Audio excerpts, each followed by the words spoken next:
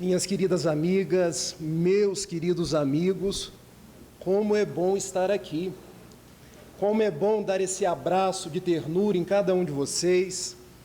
Pedir a Jesus que nos guarde, que se mantenha entre nós. Quero agradecer o convite por fazer parte desta Semana Espírita. Quero agradecer a Beth, que propiciou que eu retornasse a Uberlândia e pudesse rever corações amigos, pudesse abraçar novas pessoas, entrelaçando esses laços que não são nossos, porque todos nós fazemos parte de uma grande família, que é a família dos filhos de Deus.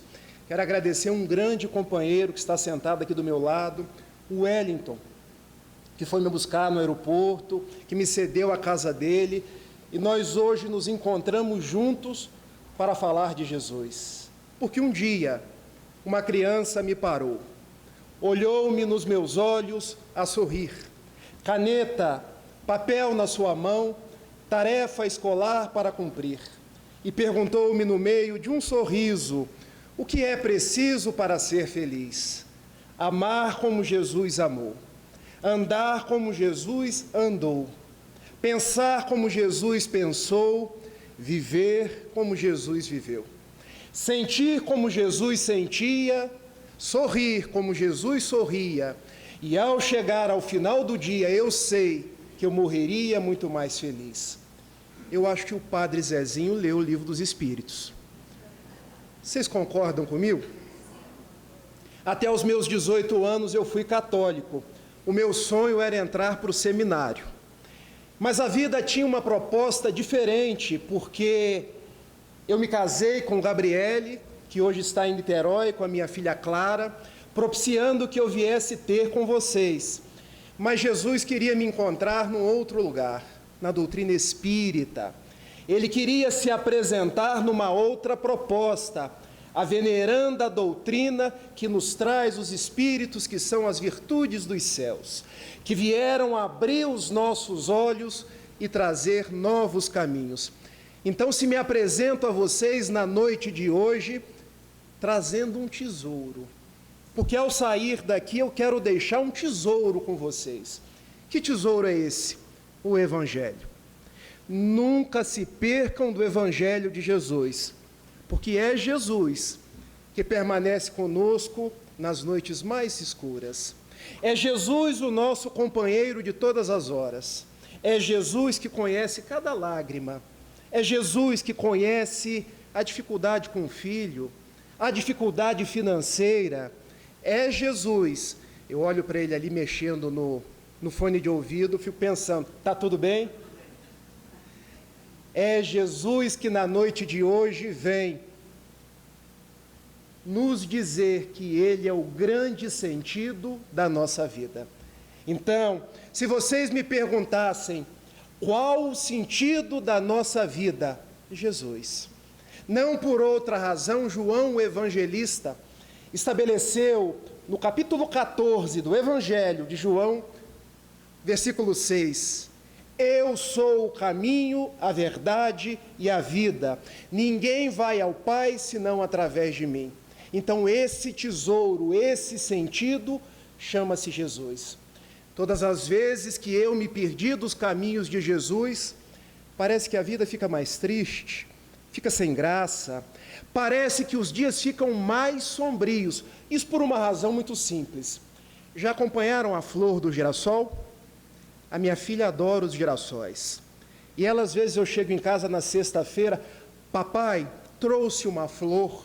Qual flor você mais gosta, minha filha? Eu adoro os girassóis. Ela tem 5 anos, gente.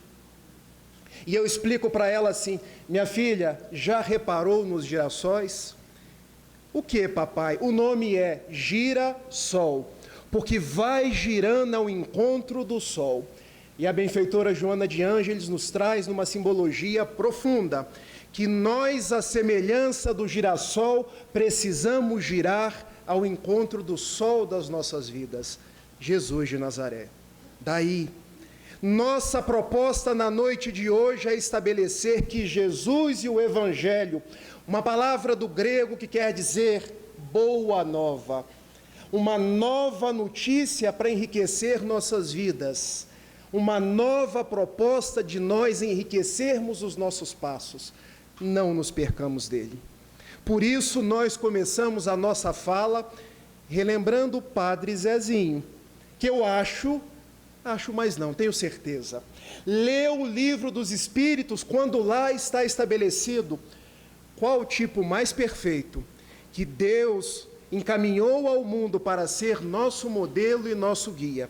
Questão 625.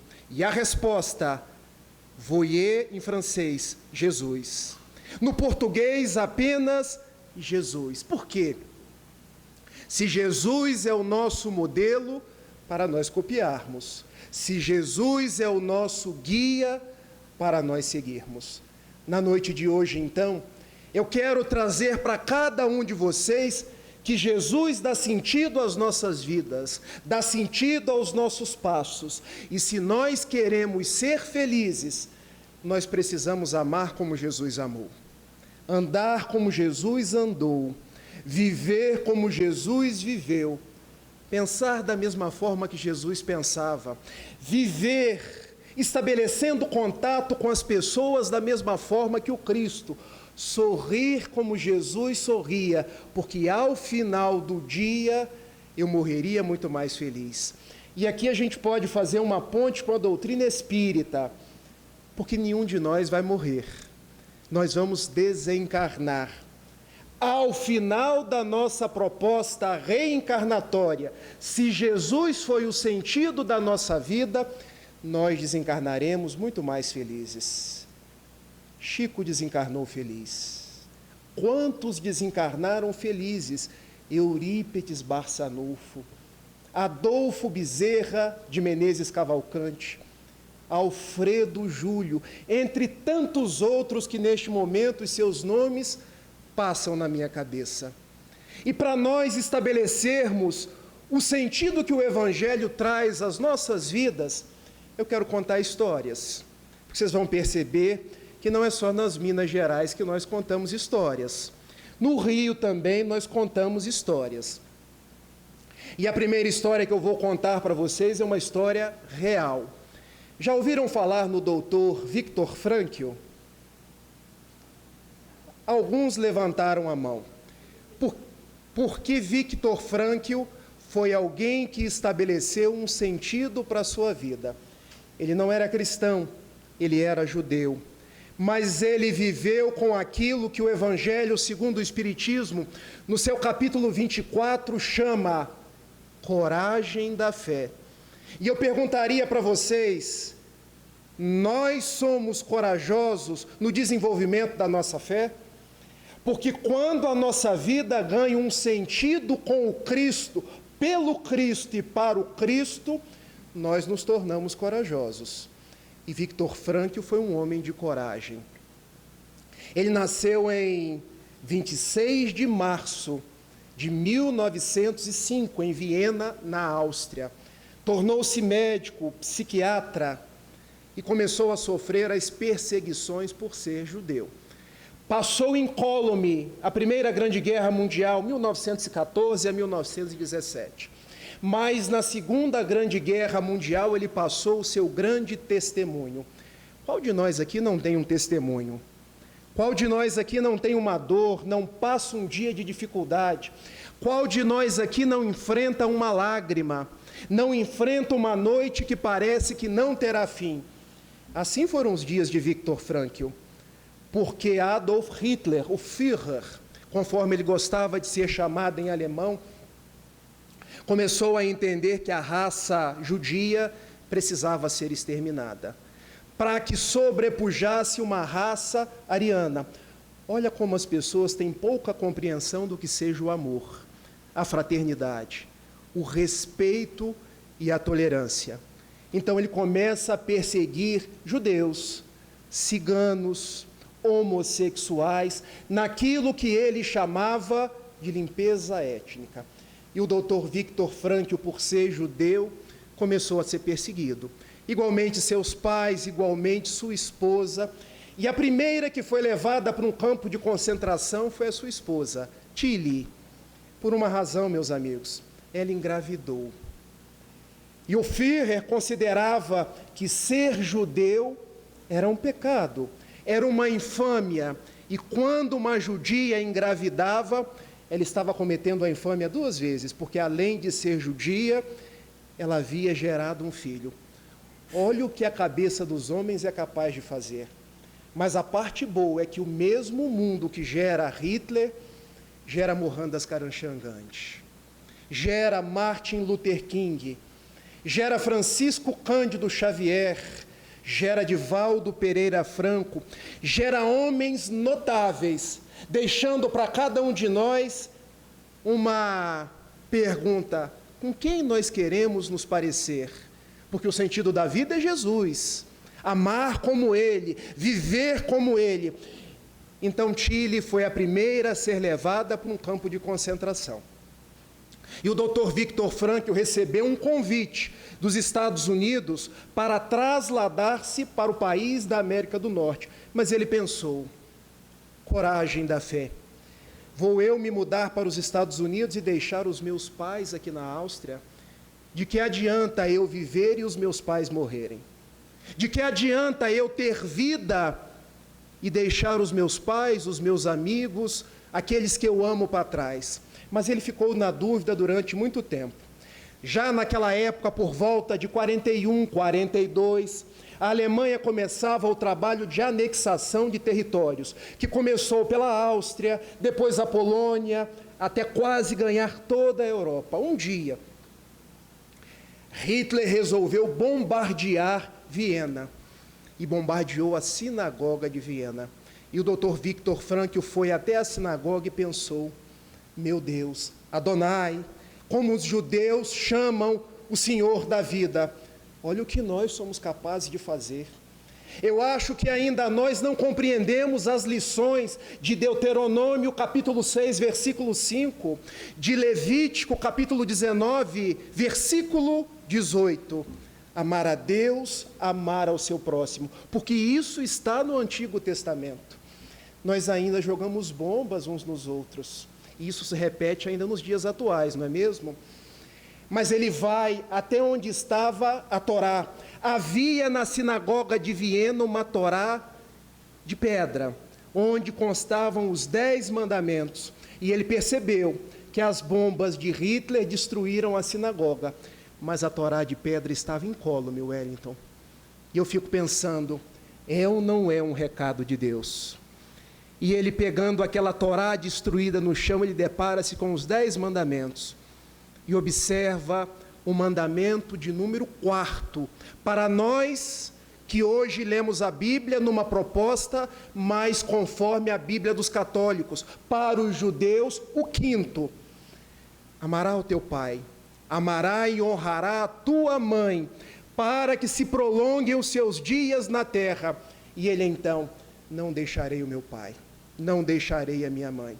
E ele foi até o pai dele: meu pai, recebi um convite para ir para os Estados Unidos, mas por amor ao Senhor eu ficarei. Por amor à minha mãe eu ficarei.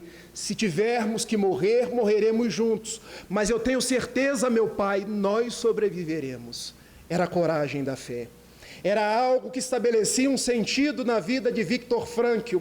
Mas em 1942, ele, seu pai e sua mãe entram num trem e partem para os campos de concentração. Ele passa por 4 campos de concentração. O primeiro na Tchecoslováquia, Terezin, que depois, no alemão, Theresienstadt. O segundo, Auschwitz. O terceiro, Kaufering. E o quarto, Turkheim, que já era na região da Bavária, no sul da Alemanha, anexo ao campo de Dachau. E Viktor Frankl, quando estava no segundo campo de concentração, o campo de Auschwitz, ele começou a perceber certas coisas que o ligavam à divindade, o ligavam a Deus. Porque ele via que muitos se suicidavam.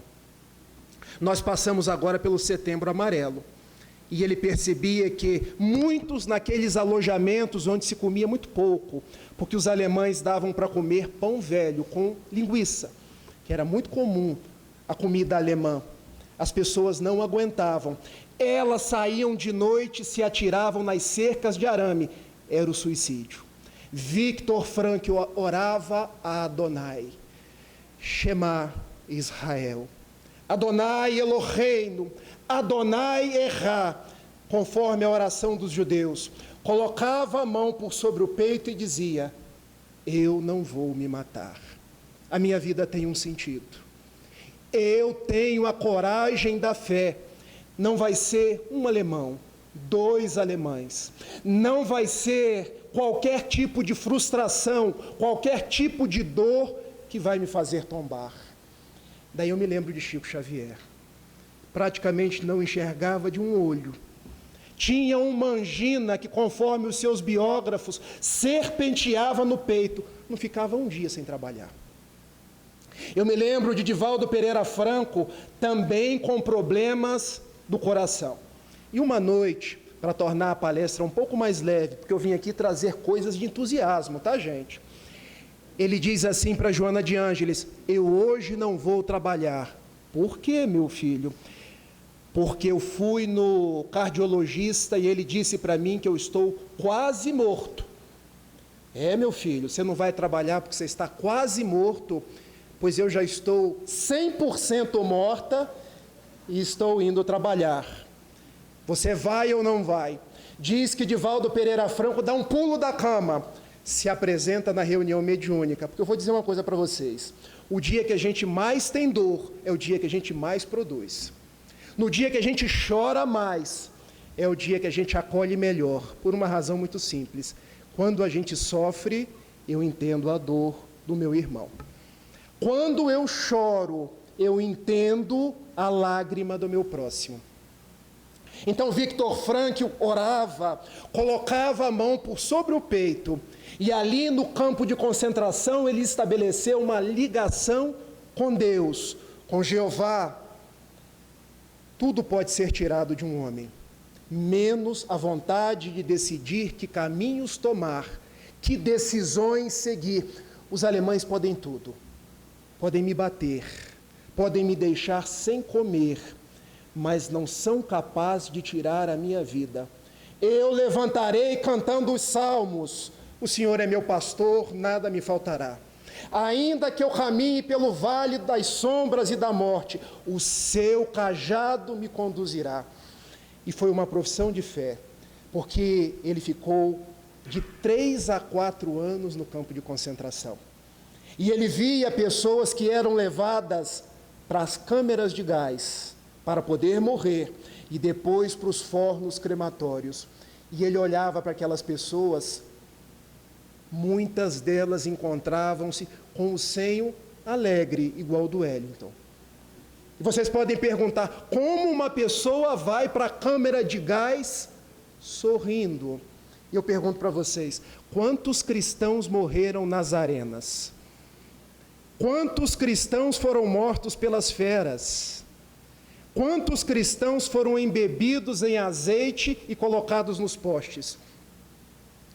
Consta da história que eles oravam: Ave Cristo, os que vão viver eternamente te glorificam e saúdam, porque quando Jesus dá sentido à nossa vida, a gente não teme.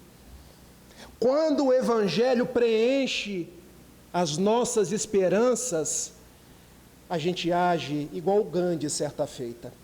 Quando um soldado britânico vem até ele, lhe bate e ele cai no chão. Não se defende. E o soldado britânico: mas que Cristo é esse que você segue?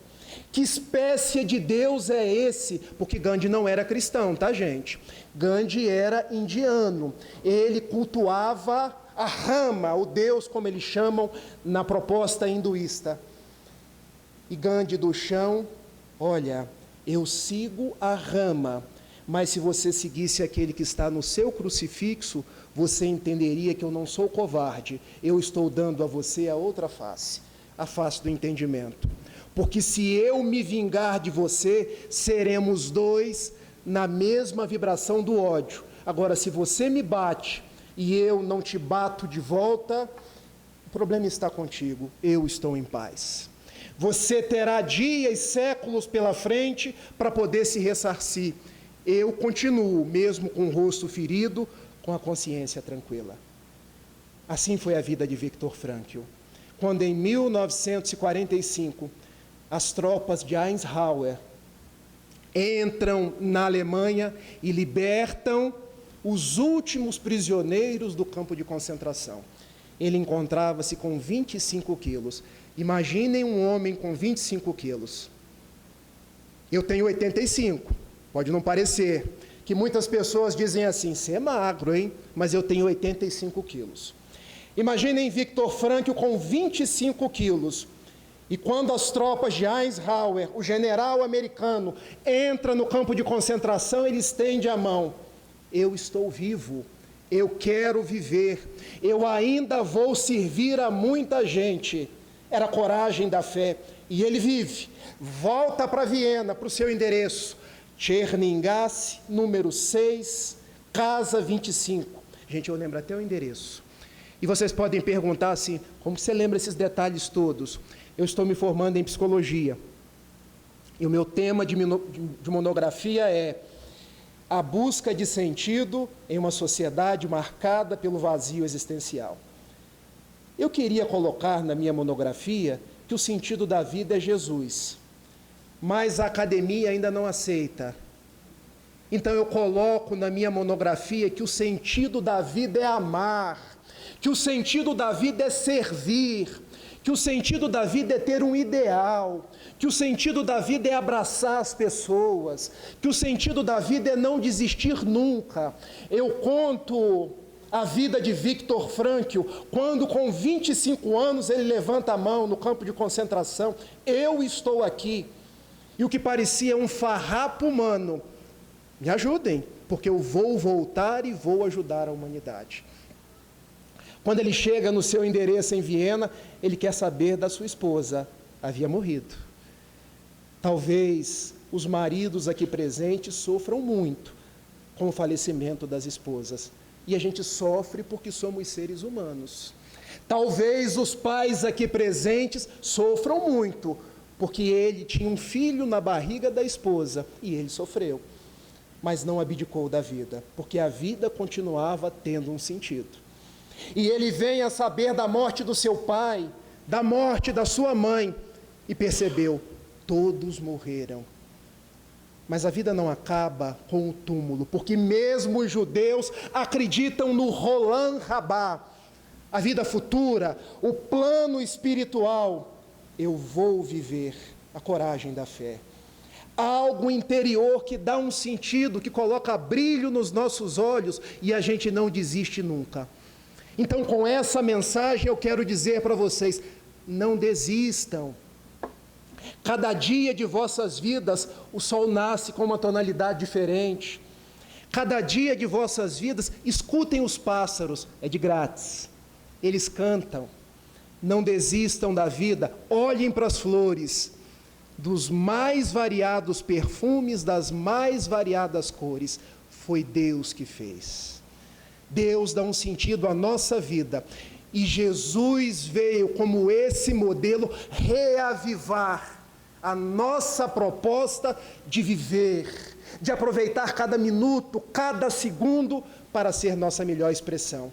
E Viktor Frankl, bom, a Áustria está destruída, mas eu posso voltar para os Estados Unidos. Ele foi para os Estados Unidos e cunha uma proposta psicológica que eu quero atender por essa proposta, a logoterapia. A proposta que propõe a devolver a rigidez mental, a saúde psicológica, fazendo com que as pessoas descubram um sentido para as suas vidas. E eu pergunto para vocês, o que dá sentido à vida de vocês? Quando minha filha nasceu, Wellington, 10 de outubro de 2018. Está chegando o aniversário dela. E ela disse assim para mim, Beth, papai, o que você vai trazer para mim lá desse lugar? Porque ela não consegue falar Uberlândia, tá, gente? Ela fala no Uber, o aí fica difícil para ela. Eu tenho que levar alguma coisa, tá, gente? Porque a gente faz concessões. Papai, você vai, mas quando você voltar, não esquece a minha surpresa. e eu não conseguia dormir. Afinal de contas, a minha filha ia nascer. 4 horas da manhã eu levantei. Vamos para onde, Rafael? Eu ainda estou dormindo. Vamos para a maternidade. Nossa filha vai nascer. A nossa vida vai ficar diferente. Eu fui. Chegando na maternidade, o obstetra, olha, você tem certeza que você vai entrar? Vou, claro. É a minha filha que vai nascer. Obrigado, tá, gente? A gente sua, mas é de emoção. Aí eu entrei, eu falei assim para o obstetra, dá para eu ficar do lado de lá da toalhinha? Porque tem uma toalhinha. A gente fica do lado de cá.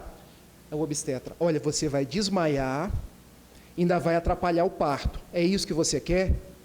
É isso que eu quero. E eu fui. Eu cruzei os 2 dedos, botei para trás, como ainda sou muito próximo de Francisco de Assis, meu pai Francisco, não deixe que eu desmaie, a minha filha vai nascer. Gente, quando aquela cabecinha saiu, eu não sabia se eu chorava, se eu ria, eu não sabia se eu gritava. Eu, como amo muito a minha esposa, eu só disse assim, é a sua cara. E ela ficou tão feliz, tão satisfeita. Aí o médico me chamou, vem cortar o cordão umbilical. E a mão tremia, fazia assim, fazia cá. Às vezes aqui treme também, tá, gente? Mas não é fenômeno de efeito físico, não. É o médium que pode estar um pouco nervoso. Eu fui cortar. Cortei. Agora já está cortado. Falei, não, deixa eu acertar que ficou uma barbela. Como assim ficou uma barbela?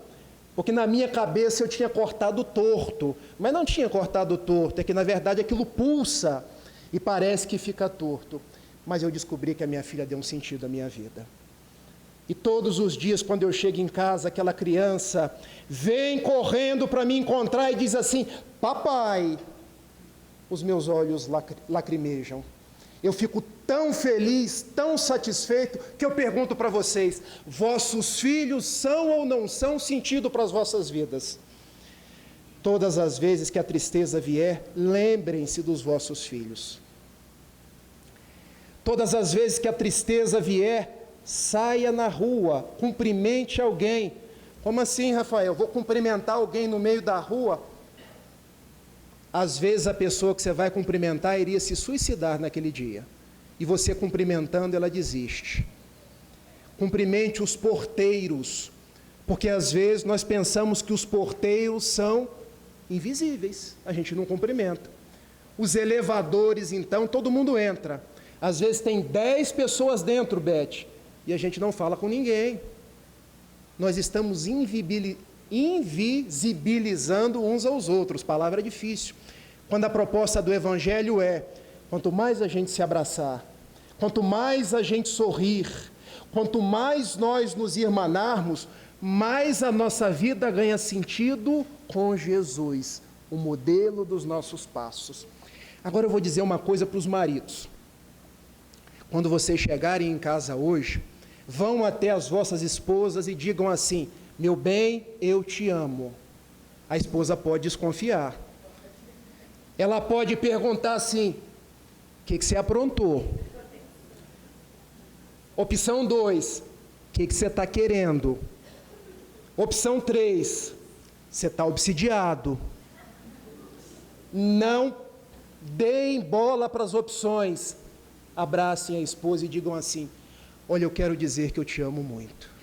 Eu quero dizer que a minha vida tem sentido com a sua presença. Eu quero dizer que sem você a minha vida não seria a mesma. E se ela achar que vocês estão fora da caixinha, podem dizer que foi um orador magro lá do Rio de Janeiro, podem botar a culpa de mim, mas não deixem de dizer. Não deixem de dizer para os vossos filhos que eles são importantes. Não deixem de sorrir para a vida. Não deixem de ver beleza nas pessoas, porque foi isso que Viktor Frankl fez. Ele estabeleceu a logoterapia e passava a atender as pessoas não mais pelo flanco do problema, porque problema todo mundo tem. Ele recuperava o tônus, Ah, mas você gosta de violetas? Me fale sobre as suas violetas. Ah, mas você gosta de cuidar de crianças? Por que não ir para a casa espírita participar da evangelização? Ah, mas você gosta de jardins? Cultive flores. E nós vamos entendendo que em Jesus, no Evangelho, cada pequena ação da nossa vida se transforma um grande repositório de experiências positivas. Sabe por que a nossa vida, de vez em quando, perde o sentido? Porque nós queremos fazer coisas grandiosas. Coisas muito grandes e coisas importantes. Às vezes a gente quer ter a mediunidade do Chico, mas só o Chico tinha a mediunidade do Chico. Se eu não tenho uma mediunidade capaz de dar a voz aos espíritos, que eu seja a voz que atenda no atendimento fraterno. Eu também não estou falando com os espíritos, só que eles estão encarnados. Se eu não tenho a capacidade de falar igual o Divaldo, fale palavras de bom tom para o seu velho pai, que há tempo está tentando se aproximar de você. Se eu não consigo incorporar espíritos tal qual o médium Peixotinho, que eu incorpore o amor nas minhas relações. Eu um dia estava no meu trabalho, nosso relógio aqui é pilha Duracell, né? Não cheguei nem num terço da palestra e parece que ele já rodou. Mas a Beth falou comigo que hoje eu posso ir até meia-noite. Brincadeira, gente. Vocês têm aquele companheiro de trabalho que a gente costuma entender por espírito de porco? Cuidado! Se a gente não identifica o espírito de porco, é que o espírito de porco pode ser a gente. A gente vai encontrar quando olha no espelho. Eu tenho um companheiro assim no trabalho. Ele chega todos os dias ranzinza. Parece que acorda de mal com a vida. Não dá bom dia. Reclama de tudo. Reclama de todos. Então eu me habituei a achar aquela pessoa chata. E diz o espírito Humberto de Campos no livro Cartas e Crônicas: treino para a morte, acostume-se com as pessoas chatas e as trate muito bem, porque também nós somos chatos aos olhos de muitas pessoas, e elas se esforçam por conviver conosco. E um dia vi aquele chato fazendo uma coisa que eu nunca fiz, que nós temos 3 plantinhas no nosso escritório. Eu sou advogado, temos 40 advogados, as plantinhas secas, gente, com esse sol escaldante de Uberlândia e do Rio de Janeiro. Porque lá no Rio de Janeiro tem um sol para cada um. A gente vai andando, ele vai acompanhando. E o companheiro chegou, pegou um liquidificador, encheu de água e foi molhando as plantinhas. E eu olhando para aquilo. Sabe quando a gente engole seco? Eu julgando ele chato. Mas só ele molhou as plantinhas. A nossa vida passa a ter sentido quando a gente vê beleza nas outras pessoas. A nossa vida passa a ter sentido quando nós deixamos de criticar e passamos a amar. Por isso, André Luiz, na sua série psicológica, nos coloca: não critique, auxilie. A nossa vida passa a ter sentido quando a gente aprende a elogiar. Porque tem pessoas que a esposa bota o melhor vestido e o marido: acho que não te caiu bem. Se não tem nada para falar, não diga nada. Mas esse tipo de coisa não se fala. Elogie sempre. Faça o bem sempre. Nunca se canse de ser a voz que eleva. Esse foi Viktor Frankl, que morreu, meus amigos, com 92 anos de idade. E nós podemos fazer o mesmo caminho. E nessa segunda parte da palestra, eu quero estabelecer 5 propostas para que a gente possa, na toada do Evangelho, dar sentido à nossa vida. Eu vou fazer uma ponte entre a série psicológica de Joana de Ângeles e o Evangelho, porque ela nos dá 5 dicas. E a primeira dica é: a vida é bela. Parece uma frase de livro de autoajuda, porque se você chega para uma pessoa que está sofrendo e diz que a vida é bela, ela pode achar estranho. Como assim a vida é bela? Você não vê que eu estou sofrendo? Mas a proposta é: veja a beleza na vida, na situação que você se encontra. consiga extrair o lado positivo de cada coisa, consiga enxergar na pessoa aquele detalhe que ela traz de positivo. Por isso Jesus no Evangelho dizia, no Sermão da Montanha, se os teus olhos forem bons, todo o teu corpo terá luz. E agora eu preciso fazer uma experiência com vocês. O que eu tenho nas minhas mãos? Ele está cheio? Está pela metade. O pessimista olha para o copo e diz assim, puxa vida, o copo não está cheio. Eu não vou conseguir matar a minha sede. E o otimista? Já viram aquela pessoa que está em crise renal no hospital? Que às vezes vem alguém com uma gaze e molha a boca, e às vezes aquela gaze dá sentido à vida daquela pessoa. Então, ao olhar para um copo de água, ao invés de achar que ele está pela metade, nós podemos achar, está quase cheio. Este é o segredo do Evangelho. Há pessoas que olham para o mundo e dizem assim, nunca vi tanta guerra, nunca vi tantos problemas, nunca vi tanto ódio. Vocês já viram quantas pessoas estão subindo nas comunidades para falar de Jesus? Vocês já observaram quantas pessoas, como a Beth, como Wellington, como Quincas, como cada um de vocês, estão fazendo trabalhos anônimos, sem que ninguém saiba? É porque o mal é audacioso, o mal ainda ganha palmas, o bem é feito discretamente, low profile, discreto, ninguém precisa ver. Então, nossos olhos precisam ver beleza. Um dia, o meu sogro me contou uma piada cristã, tá, gente? E ele disse assim para mim, Rafael, 2 vendedores foram convidados a ir para um país vender sapatos. E o primeiro foi, e percebeu que lá todo mundo andava descalço. E ele voltou. Olha, não vai dar para vender nada lá. Todo mundo anda descalço, é porque ninguém gosta de sapato. Visão pessimista da vida. O outro voltou. Nós vamos arrebentar.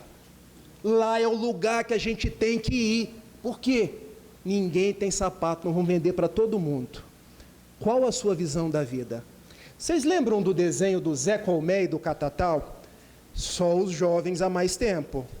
Quando eu falo isso na minha mocidade espírita, eles dizem assim para mim, tio, você está ficando velho, hein? Porque havia uma hiena e um leão. O leão chamava Lip, a hiena chamava Hard. E a hiena ficava assim, ó vida, ó céu, ó azar. E ficava uma nuvenzinha na cabeça dela trovejando. Viver com o Evangelho, viver com Jesus, dando sentido à nossa vida, é extrair beleza de todas as coisas. Eu gosto muito de poesia, gente. Há um poeta português chamado Fernando Pessoa, e um dos seus mais belos poemas, Mar Português, que ele diz assim, ó mar salgado de Portugal, quanto do seu sal são lágrimas, para te cruzar, quantas mães choraram, quantas noivas ficaram por casar, para que fosses nosso, ó mar. Valeu a pena? Tudo vale a pena se a alma não é pequena. Quem quer passar além do bojador, tem que passar além da dor. Deus deu ao mar o perigo e o abismo, mas nele é que espelhou o céu. Tudo vale a pena se a alma não é pequena. Será que a nossa alma ainda é pequena? Porque o Espiritismo vem despertar a nossa alma. Porque Paulo, quando escreveu aos Efésios, ele estabeleceu, desperta, ó tu que dormes, levanta-te e o Evangelho resplandecerá sobre ti. Então, se eu ficar na minha casa deitado, só reclamando da vida, que tipo de companhias espirituais eu vou ter? Doutor Bezerra? Pé, resposta errada. Doutor Eurípides Barçanufo? Pé, resposta errada. Vão ter pessoas reclamonas, pessoas que se afinam no mesmo diapasão. Agora, se eu despertei, se eu vejo beleza nas coisas, se eu estou disposto para o serviço, podem ter em mente Eurípides estar contigo. Bezerra está contigo. Eu me recordo, Wellington, eu estava na Comeg, Confraternização das Mocidades Espíritas do Estado do Rio de Janeiro. Nós estávamos numa reunião mediúnica, todo mundo cantando o hino do Bezerra, e a gente cantava.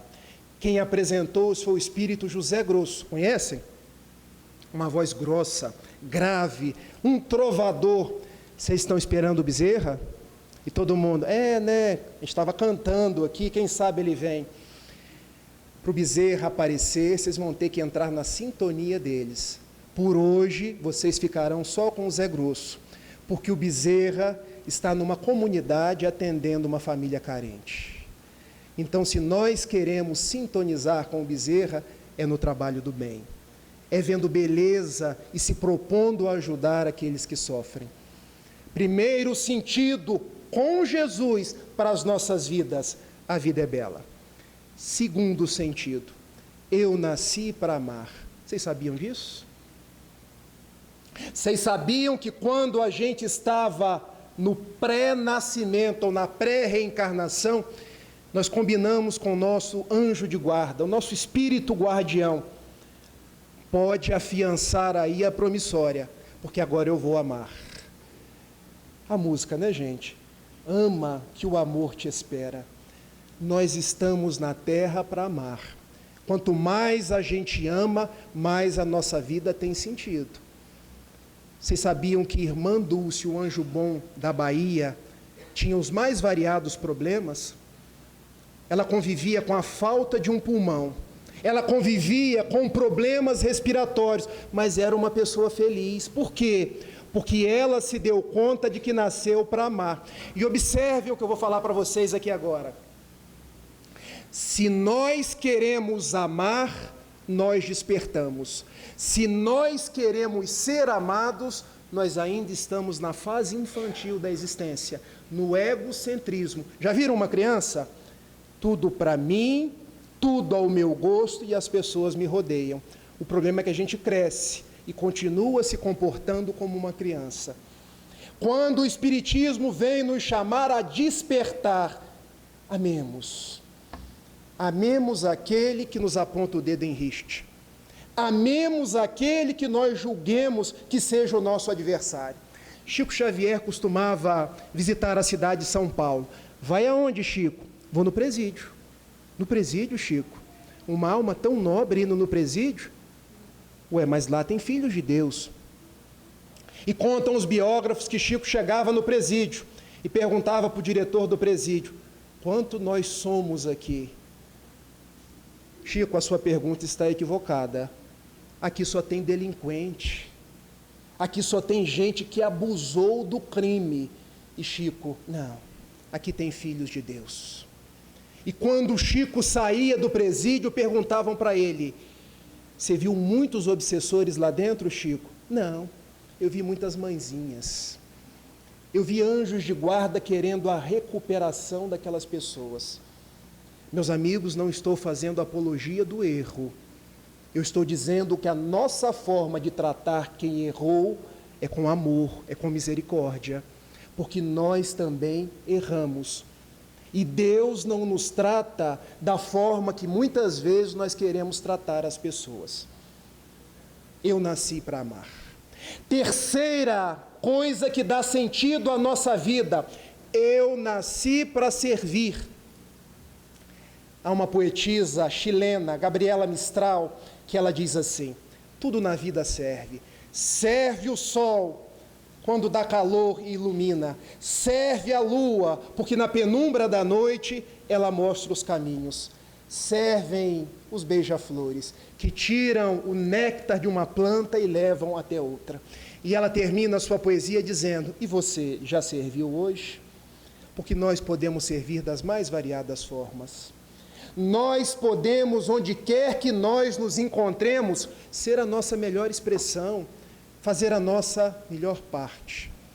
Eu me lembro quando cheguei na casa espírita, me deparei com um negro bonito, dos olhos verdes, chamado José Raul Teixeira. E ele disse assim para mim: meu filho, nós estávamos te esperando. Quando a gente chega numa casa espírita e alguém diz, nós estávamos te esperando, que senhor acolhimento é esse, né? Jesus te espera para o serviço no bem. Quando eu me aposentar, eu começo. Meu filho, você sabe se você vai aposentar? Comece aqui, que é o seu melhor lugar. Comece hoje, que é o seu melhor momento. Eu olhei para o relógio. Nossa, está na hora de a gente terminar, hein, Beth? Onde eu vou começar numa quarta-feira, 10 horas da noite. A livraria ainda está aberta. Tem pessoas querendo comprar livros. Vai vendo os livros. Olhe no olho de cada pessoa. Elas têm dores. Sintonize com elas. Leia os livros, porque da próxima vez, além da sintonia, você vai recomendar os livros de acordo com cada necessidade. Que proposta! Nós podemos servir onde quer que nós nos encontremos. Quarta proposta para estabelecer um sentido para a nossa vida. E essa é uma frase bem grande. O mal que me fazem não me faz mal. O mal que me faz mal é o mal que eu faço, porque me torna uma pessoa má. Entenderam? A gente vive reclamando do mal de fora. Ai, o meu pai me fez mal. Ai, meu vizinho me fez mal. As pessoas fazem o que elas podem. Cada um está no seu momento. Deixe as pessoas. Como dizia Chico Xavier, a cada um eu dou o direito de ser como é. A mim mesmo eu estabeleço o compromisso de ser cada vez melhor. Não se preocupem com o que vem de fora. Se preocupem com o que vem de dentro. Por isso Jesus estabeleceu, não é o que entra na boca, mas o que sai da boca, porque o que sai da boca é a exteriorização do coração. Eu vejo pessoas tão preocupadas, ai, será que eu posso comer isso? Será que eu posso comer aquilo? Será que eu tenho que fazer desse jeito ou fazer daquele jeito? Uma vez eu cheguei numa casa espírita, as pessoas estavam brigando pela toalha que se colocava por sobre a mesa. Não, porque a gente tem que colocar a toalha assim. Não, porque a toalha tem que ser desse jeito. Num determinado momento eu pensei, por que brigar por conta da toalha, se nós estamos no mundo para amar? Com toalha ou sem toalha, isso é o menos importante. É sobre isso que o Espiritismo nos faz pensar, porque ele retira todos os dogmas, ele retira todas as cerimônias exteriores, ele retira todas as profissões de fé e coloca o nosso destino nas nossas mãos. Se você plantar flores, colherá flores. Se você plantar espinhos, colherá espinhos. A decisão é nossa. Despertemos e sejamos felizes. Até chegar na quinta coisa que estabelece um sentido para a nossa vida.